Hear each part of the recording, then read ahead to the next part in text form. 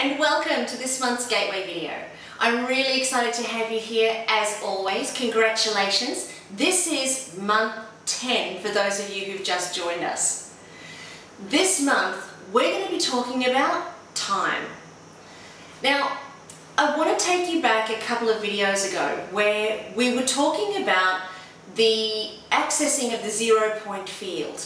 Do you remember when I had up on the board behind me where I had a little diagram that I'd drawn where I showed that we were accessing the field, I think it was 15 times per second, where our vibration zeroes out 15 times a second. And when we zero out, our vibration zeroes out, we're accessing the 0-point field. Now it's when we're accessing the 0-point field that we're getting our new ideas, our renewal, our invention and our innovation. That's what the 0-point field is all about. And not just you are accessing the 0-point field. Everything and everyone is accessing the 0-point field. So how's that relevant to today's video? Well, cast your memory back to that video, and if you feel that you want to go back and have another look at it, do it. What I want to talk to you about today is time and relativity in the 0-point field. Because here's what I realized. I got myself into a situation this month where I was really frustrated and I was feeling really impatient. Some of you guys know that I'm working towards getting my helicopter pilot's license, and if you didn't know it, now you do.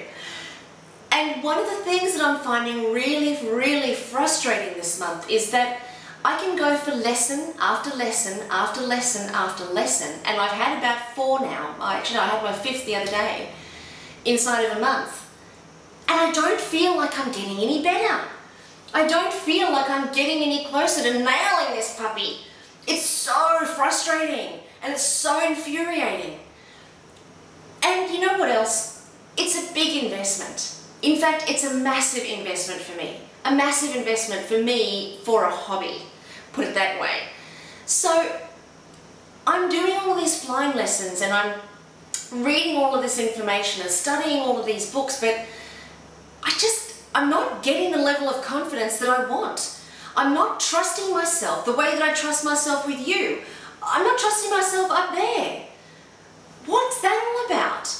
And I've actually had those conversations with myself, and I've fired my anchor in the helicopter and I've done all of the work, you know, I'm with it. But when I'm up in the sky and all I can see below me is the ocean and the winds brushing us around from side to side, all of a sudden all that confidence and all that hard work goes straight down the gurgler. But what's made me frustrated this month is that I'm not getting over it. You know, it gets a little easier each time I'm up in the air and each time I fly. It's getting a little easier, but certainly not at the speed that I thought it should be happening. And over and above that, this massive investment that it's going to take from me, where's the money? Where is it? You know, I'm trying not to believe that we're in a global economic meltdown. You know, I'm trying not to get myself caught up in all of that. But where's my 70 grand? Because that's what it's going to cost me. So I'm looking for my spare 70 grand because it's a hobby, you see. So it's got to be spare. It's got to be, I don't have to do anything else with that money. Now I know, you know, give you 70 grand, you'd find 100 things to do with it just like I would. Much better than flying a helicopter, right? Right. So what got me feeling impatient, because I'm a bit of a now kind of gal, you know, I like my instant gratification. I started thinking to myself, well, what's it going to take, using Natalie MacIvor's language, what's it going to take for me to get the level of confidence that I want up in the air and for me to get the money that I need to get my license? What's it going to take? What's it going to take for me to have 70 grand that I can just go, hey, this is spare, cool, let's get our license? What's it going to take for me to be in that situation? And I sat there in my fury and frustration because it just didn't seem like it was happening for me. And I sat there in my fury and frustration and I thought to myself, well, you know, there is one truth that I do know. There is one thing I know hand on heart, is that time is something we invented. So here I am analysing my thoughts, and here's what came out. I actually believed that I probably wouldn't have the time or the money until later on this year, maybe early next year. You know, I've got the book launch, I've got all the seminars, and I've got this whole new event that's being launched, and it's going to be on TV. So, you know, I've got a lot on my plate this year. I won't have the time and I won't have the money. It'll come next year. So then I start to align myself with the fact that my dream of flying a helicopter will come later this year or early next year. I align myself with that time frame. But you know, there's no time according to the universe, and there's no time according to the field.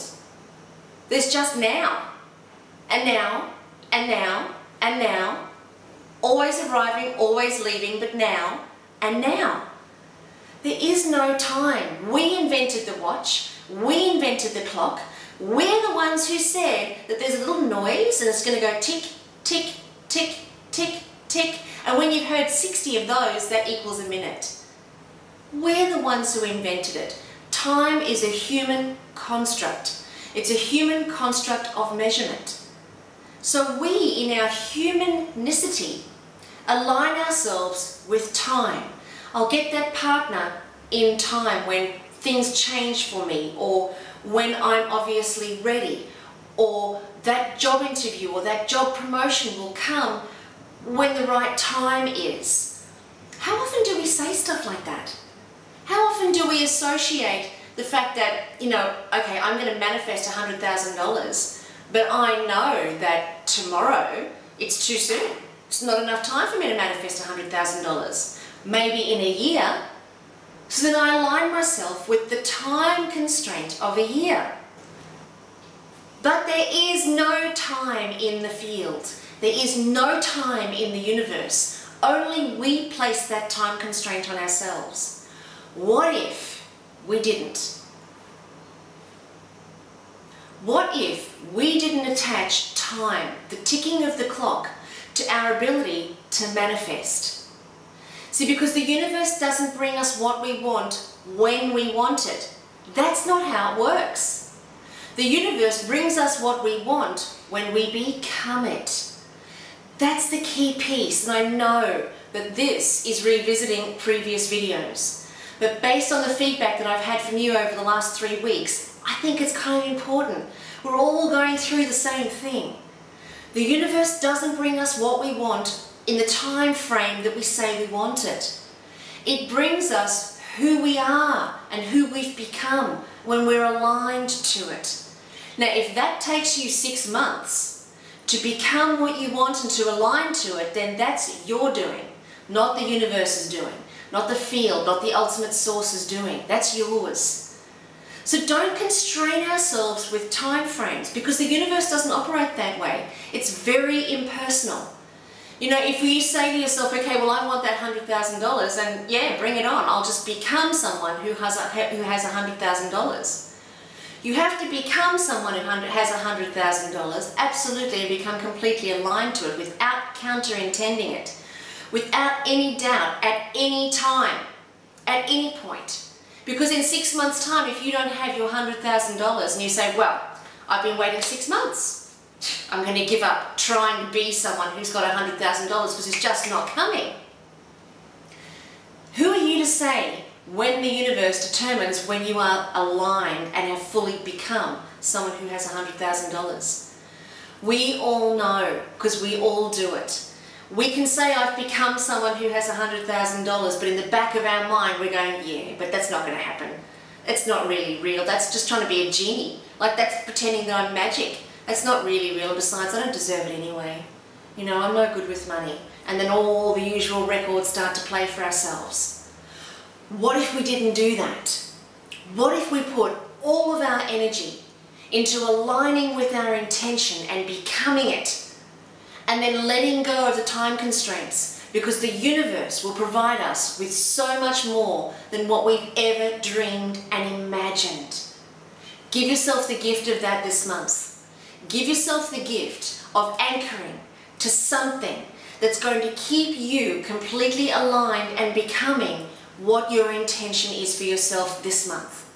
Turn off this video in a moment and get clear on what your intention is. What do you want for yourself? What is it? And have no time constraint with it at all, because no.